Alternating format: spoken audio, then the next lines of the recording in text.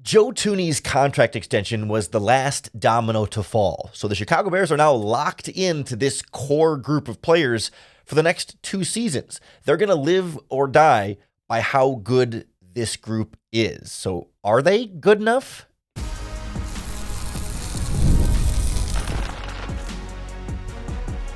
You are Locked On Bears, your daily Chicago Bears podcast. Part of the Locked On Podcast Network, your team every day. This is Locked On Bears, and I'm your host, Lauren Cox. I'm here to bring you your daily, in-depth Chicago Bears news and analysis. You can follow me on Twitter at CoxSports1, and you can follow the podcast at Locked On Bears on TikTok, Instagram, Facebook, Twitter, and the Locked On Bears YouTube channel, where you can keep up with all of our video podcasts as well. Thanks for making Locked On Bears your first listen today. We're part of the Locked On Podcast Network, your team every day. And on the show today, I want to check in on where the Bears are with the team building strategy, because I think we're seeing Ryan Poles now transition from, hey, we've always got our eyes on the future and keeping some future flexibility, to now where that future flexibility is not gone, but is a lot lower. They're a lot more locked into what they are right now as a team. And this has got to be the core group of players that ascends to everything they want to achieve. Because from here, the major moves are pretty much out of the picture here without really leveraging some of your long-term future assets here. So I want to take a look at the concept of kind of why the Bears are stuck with living and dying with the guys they have now, and look ahead to how little will change in the next year or two from here, just with the contracts that the Bears have locked in right now, and then explore some of the wild cards here that say, are they good enough or are they not? And who are going to be the most important players that have to step up and have to be good? And I think there's some real parallels here to what Ryan Pace was doing when he tried to turn around the Bears with Matt Nagy early on and had some early success, and then it can be harder to sustain it when you're not building the team as much for the long term and focusing a little bit more on the short term and getting locked into the guys. If you're locked into the right guys, that's great. If you're locked into the wrong guys, well, then that's when you run into problems. And that's kind of right at the inflection point that the Bears are at right now, because you've got Thuney locked in for the next few seasons. You've got Drew Dalman locked in for the next few seasons. You've got Jonah Jackson locked in for the next few seasons. Darnell Wright locked in. Colston Loveland, Caleb Williams, Cole Kmet still under contract for a while, DJ Moore still under contract for a while, Rome Odunze, Luther Burden. You're not seeing, outside of the running back position, we'll talk about that, you're not really going to see much change along this Bears offense. The left tackle position is in this conversation as well, but for the most part, this core offense is locked in to who your players are going to be. And when you think about it on defense, it's a lot of the same thing. Your defensive line, Sweat's locked in. Dio Dangbo's locked in. Grady Jarrett's on a 3-year deal. Jervon Dexter's got a bunch of his rookie contract. And Shamar Turner and Zach Pickens, right? Linebackers, Edwards and Edmonds are still under contract for a couple of seasons. Your cornerbacks, Jalen Johnson's got the long-term deal. Now Kyler Gordon's got the long-term deal. Stevenson and Smith and the guys on the rookie contracts are locked in. It's kind of safety, running back, and left tackle are the only spots that could change, and left tackle specifically, you've got Ozzie Trapillo and Karan Magashi, so presumably after this season, you're kind of locked in with who your left tackles are going to be for the long-term future. So really, a lot of this team is locked in, and you see that reflected in the Bears' finances, that we've gotten used to the last couple of off seasons that we get to free agency and the Bears have 40, 50, 60, 70, $80 million in salary cap space to go out and make some big moves. But right now, today, I think this is even before you put in the Joe Thuney contract extension numbers. The Bears have about $15, $16 million in cap space for next year, next offseason, including the free agents that they're going to have. The Bears will not have very much built-in cap space to start next offseason. They could create more cap space by releasing expensive players or trading players with bigger contracts, but they're not going to have a bunch of money next year to go out and sign a bunch of big-name free agents like Drew Dalman and Joe Thuney and Dio Dangbo to these big contracts. Next year's free agency is, just by nature of the finances, going to have to be a lot smaller and lower key. Now, there's still some moves that will need to be made if you look ahead, and we don't need to spend a bunch of time going through every decision for next offseason, but this is for the point of giving a sense of how little may actually change. This year, the Bears got a whole new O-line, new receiver, new tight end, new defensive lineman. The Bears changed a bunch of stuff this offseason. Next year, your two safeties are kind of the big one.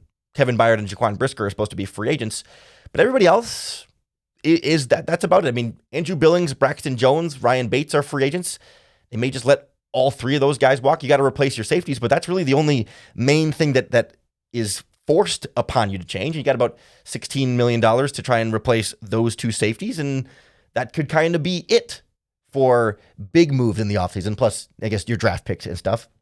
You could create some more salary cap space. We've talked on this podcast before about the possibility of moving on from Tremaine Edmonds after the season, and that would save you $15 million in salary cap space, but then you have to replace Tremaine Edmonds with that savings. So, you don't get all of that money back into the old bank account there. They could move on from DeAndre Swift and save about $7.5 million against the salary cap, but again, you got to replace the running back at that point with the money that you saved by moving on from him. And you could throw Cole Kmet in this conversation more like a trade candidate than someone they would just straight up release as a salary cap casualty. I would think they'd get something for him on the trade market more so than those other two guys, perhaps, just based on financials for those two. But sure, there are a couple of ways to create some more salary cap space to maybe make one splash. But from here, there isn't going to be any more of these blockbuster additions to the Bears team outside of draft picks. Yes, you could trade draft picks for a good player, but even then, you don't have a lot of salary cap space to sign, Trey Hendrickson or whoever you might trade for, right, for the future, because you're already putting a bunch of money in Dio Dangbo and Grady Jarrett and all the guys you signed this offseason, and the extension for Joe Thuney and the extension for Jonah Jackson. All of this is to say, this Bears team is who it's going to be. There's not a lot of room to make that one more big offseason of moves. It's no, there's one more offseason of trying to fine tune some stuff, but this has got to be the key players. The players that are under contract now have to be the players that get them to the Super Bowl. If that's the goal, right? This is going to be the group that either gets you to the Super Bowl or doesn't get you to the Super Bowl. And it's not as though there's going to be a bunch more moves that come in and actually lift this team the rest of the way. It's changing out a safety here or there, maybe changing out a linebacker, one spot here or there, plus rookies. It's kind of where your team building strategy goes from here. It makes the draft that much more important, but also it highlights the importance of you better be right about the moves you've made up to this point. The Bears are counting on all of the players they've acquired now to be able to take them to that next level. Doesn't mean that they have to take them to that next level this year, right? It doesn't mean that 2025 is the only year that you're going to measure the success of those moves. No, but it's over the next couple of seasons, this is who you're bringing to the dance. This is who you're dancing with. Let's see how well you can dance, because you're just not necessarily going to find a big-time change in partners here to get you a lot farther than where the Bears are right now without trading a bunch of first-round picks to try and add one more big splash player. And that's where you get into long-term team-building question marks about, okay, you start giving up those draft picks, and you don't have young guys developing on the bench that are cheaper and can sustain some of that success. The Eagles have had so much success with really nailing all those picks on the offensive and defensive lines. So that's how they're able to support Jalen Hurts so well, despite all the money they're paying Jalen Hurts. These draft picks become that much more critical as you get to this transitory stage of the team building process. For a while, all Ryan Poles was kind of doing was you're building pieces for the long term, right? We're thinking about long term. We're keeping some future flexibility and thinking long term. But now, Grady Jarrett's a win now player. They need him to win now, right? Joe Thuney is a win now player. They need him to win now. Jonah Jackson, Drew Dahlman, right? These are players help you now, and not just now this year, but the next 2 years. This is what you're really, really locked into. So this is what you got to make work. And there's some players within that mix that you're really confident in. There's some players in that mix that you're a little confident in, and there's some players in that mix that could be really big wild cards. So I want to explore this question of is this core good enough, or what does it look like if they're good enough, and what does it look like if they're not? What is the path to great success, or the path to some of the same disappointment we've seen the Bears go through when Ryan Pace was kind of in this stage of the process in 2018, when you make the Khalil Mack trade and go all in on trying to maximize the time around Mitch Trubisky. You got to get those picks right. Bears got some of those decisions wrong in the past, and we'll explore how close they might be to that now, next on Locked On Bears. This episode of Locked On Bears is brought to you by our friends at LinkedIn Jobs. As a small business owner, your work doesn't end when the clock hits 5. Your business is always on your mind, which means when it's time to hire, you need a partner that works just as hard as you do. And that's where LinkedIn Jobs comes in, because when you clock out, LinkedIn clocks in.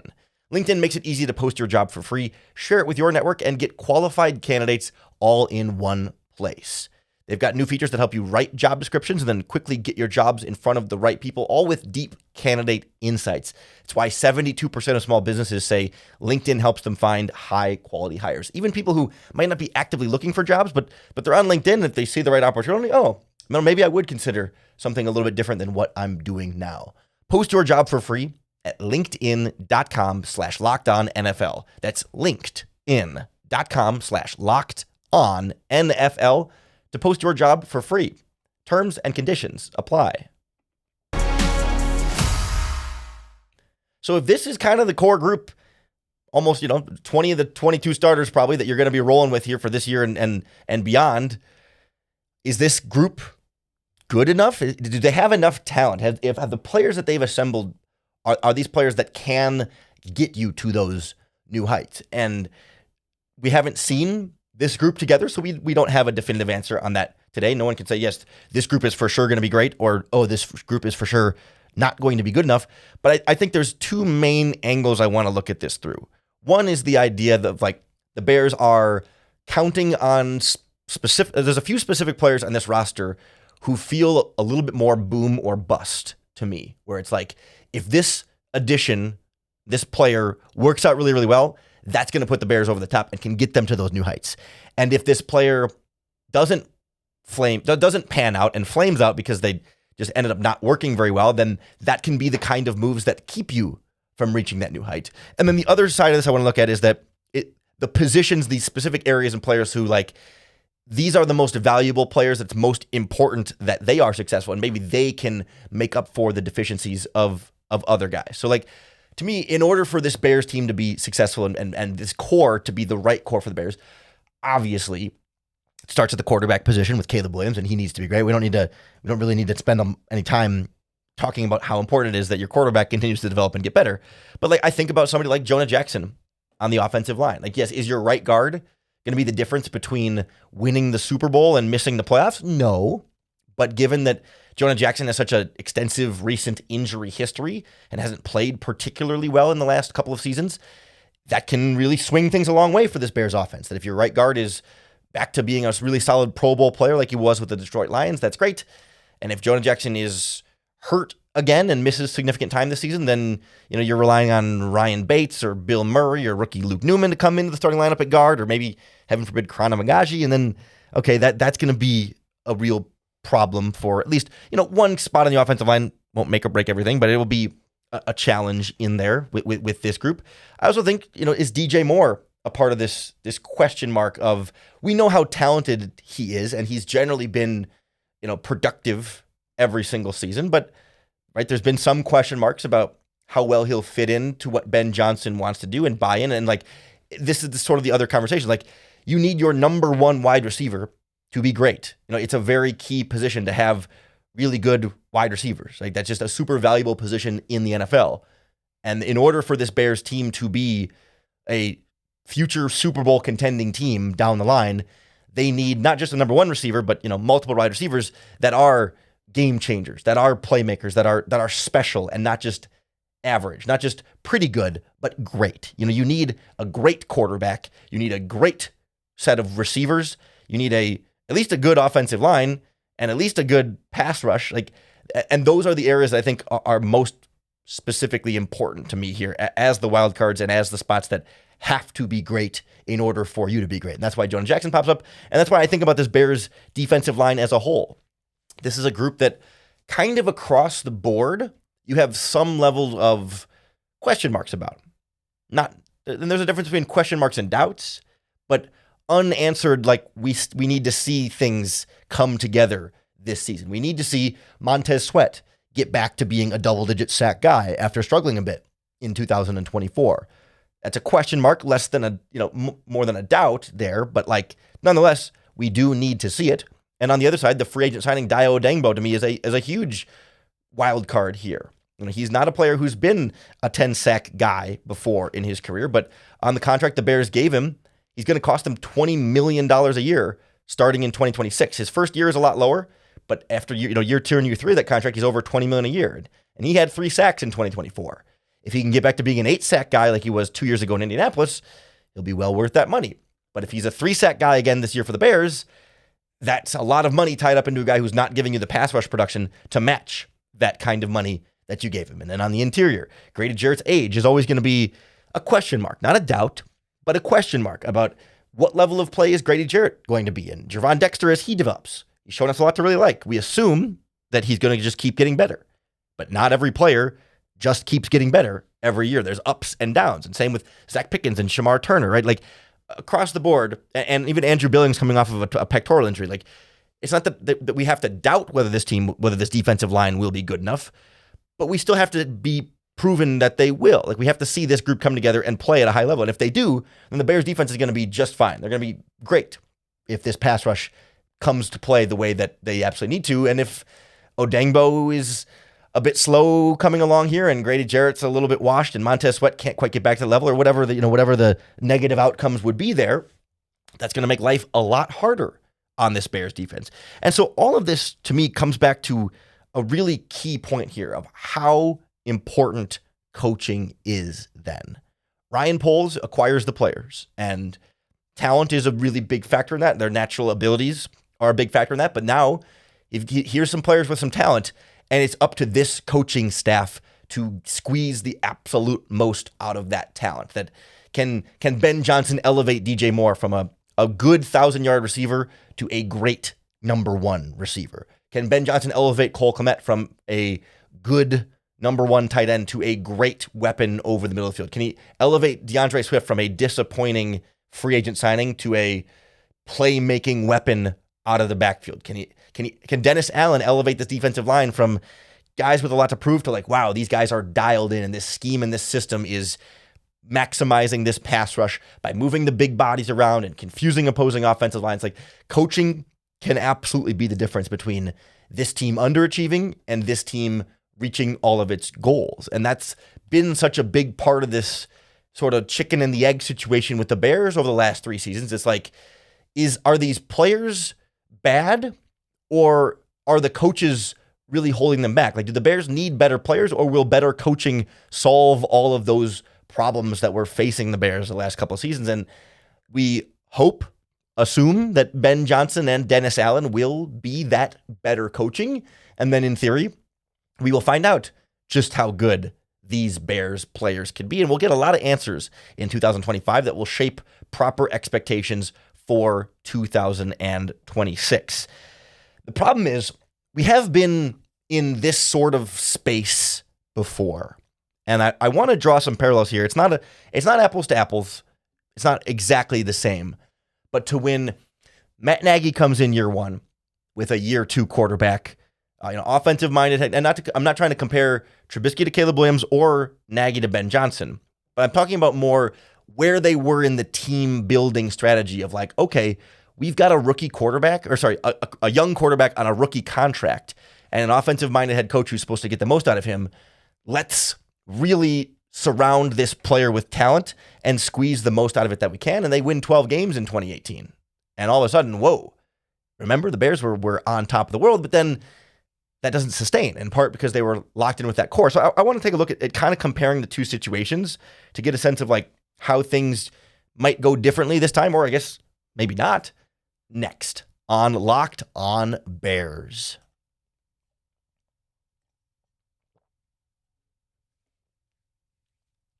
So I want to emphasize on the front end of this that I in no way want to say that the 2018 Bears or the 2025 Bears are the exact same or the exact same situation. There's some loose parallels between where the coach was, where the quarterback was, and as a result, like where the team's salary cap was and is, and then what that allowed them to do from a team building strategy. And like 2018, when you make the Khalil Mack trade and some of the other additions Ryan Pace had made in the lead up to that season, that was very much we're locking in with the guys we have now because we're not going to have a lot of cap space in the future, and we're not going to even have a lot of draft picks in the future because of what they gave up from the Khalil Mack trade. The Bears were kind of saying in 2018, this is our core group, and we're going to go as far as this core group can take us. And of course, losing Vic Fangio after that season, or was it right after that season or one more season, was contributed to the defense declining a little bit, and then Matt Nagy not being able to adapt very well, and Trubisky not being good enough, right? Like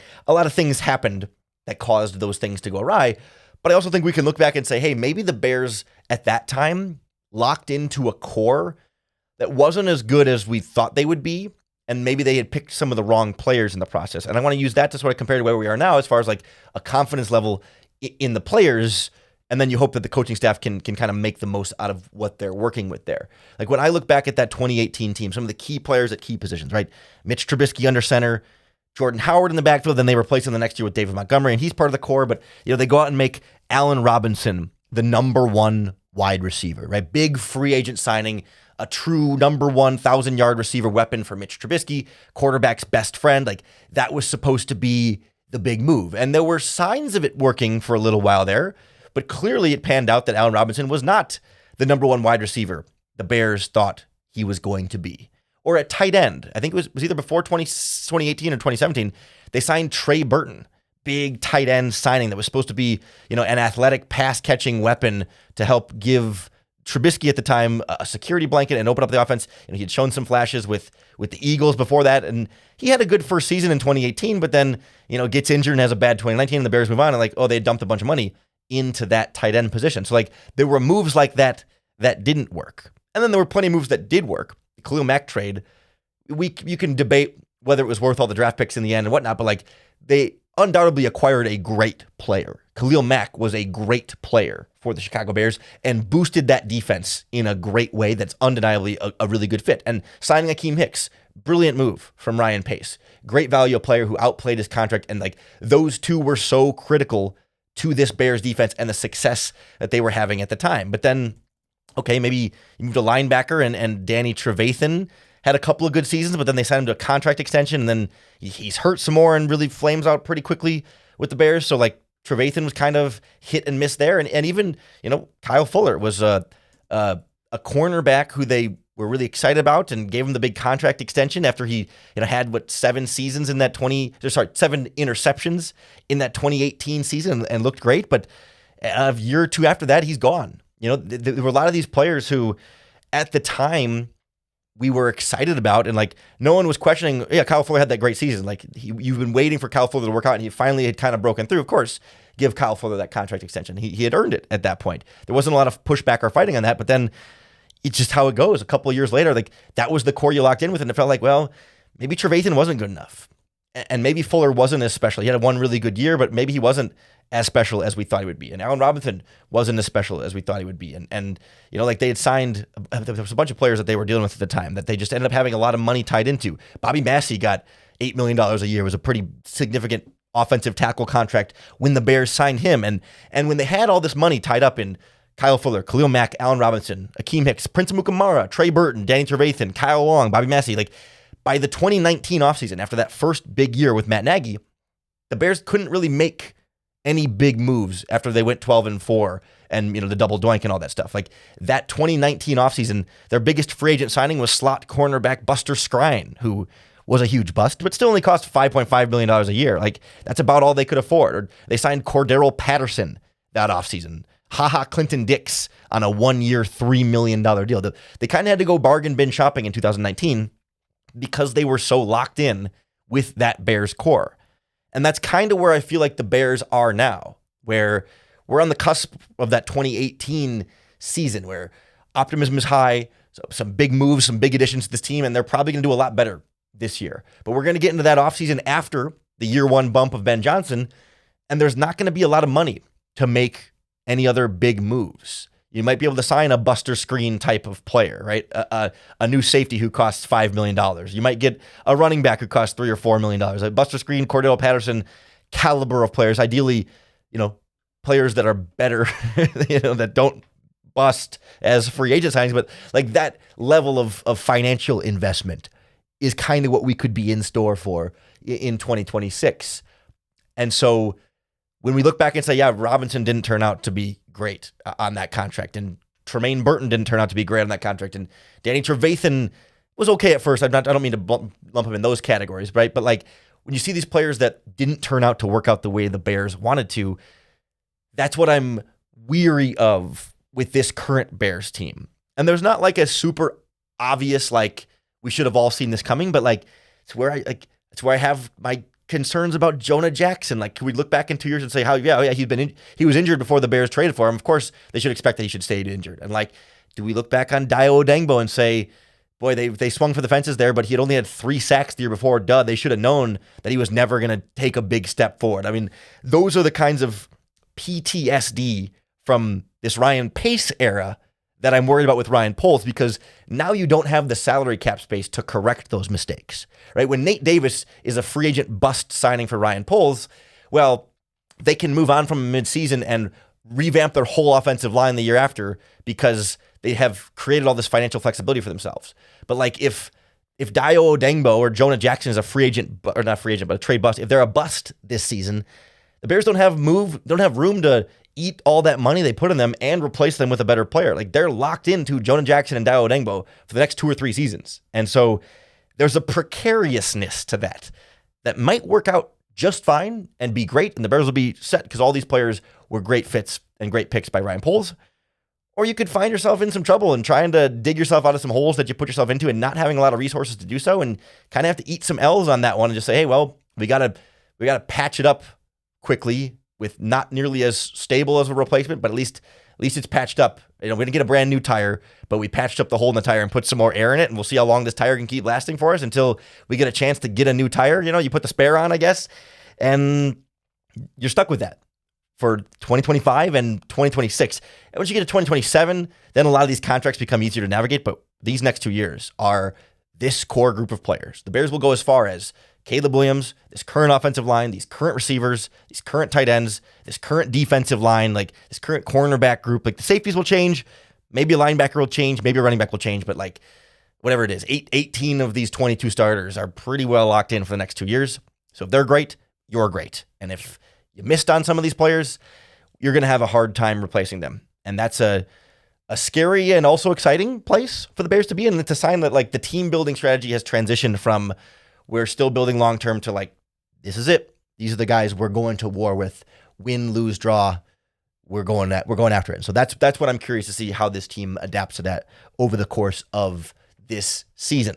We'll be keeping close tabs on all of these Bears players in the spotlights, the guys that they need to take a step forward, that they need to be better, that they're counting on in these key positions. So make sure you hit the subscribe button on the Locked On Bears YouTube channel or wherever you listen to podcasts, because that's going to be the best way to keep up with all of our daily, in-depth Chicago Bears news and analysis. Thanks for making Locked On Bears your first listen today. We're part of the Locked On Podcast Network, your team every day. If you're looking for a second listen today, you can always check out one of our other Locked On Podcast Network podcasts for all of your favorite teams in the NBA, NHL, and MLB, plus college sports across the country. So go make another Locked On podcast your second listen today. Coming back tomorrow for another episode of Locked On Bears and another opportunity to bear down.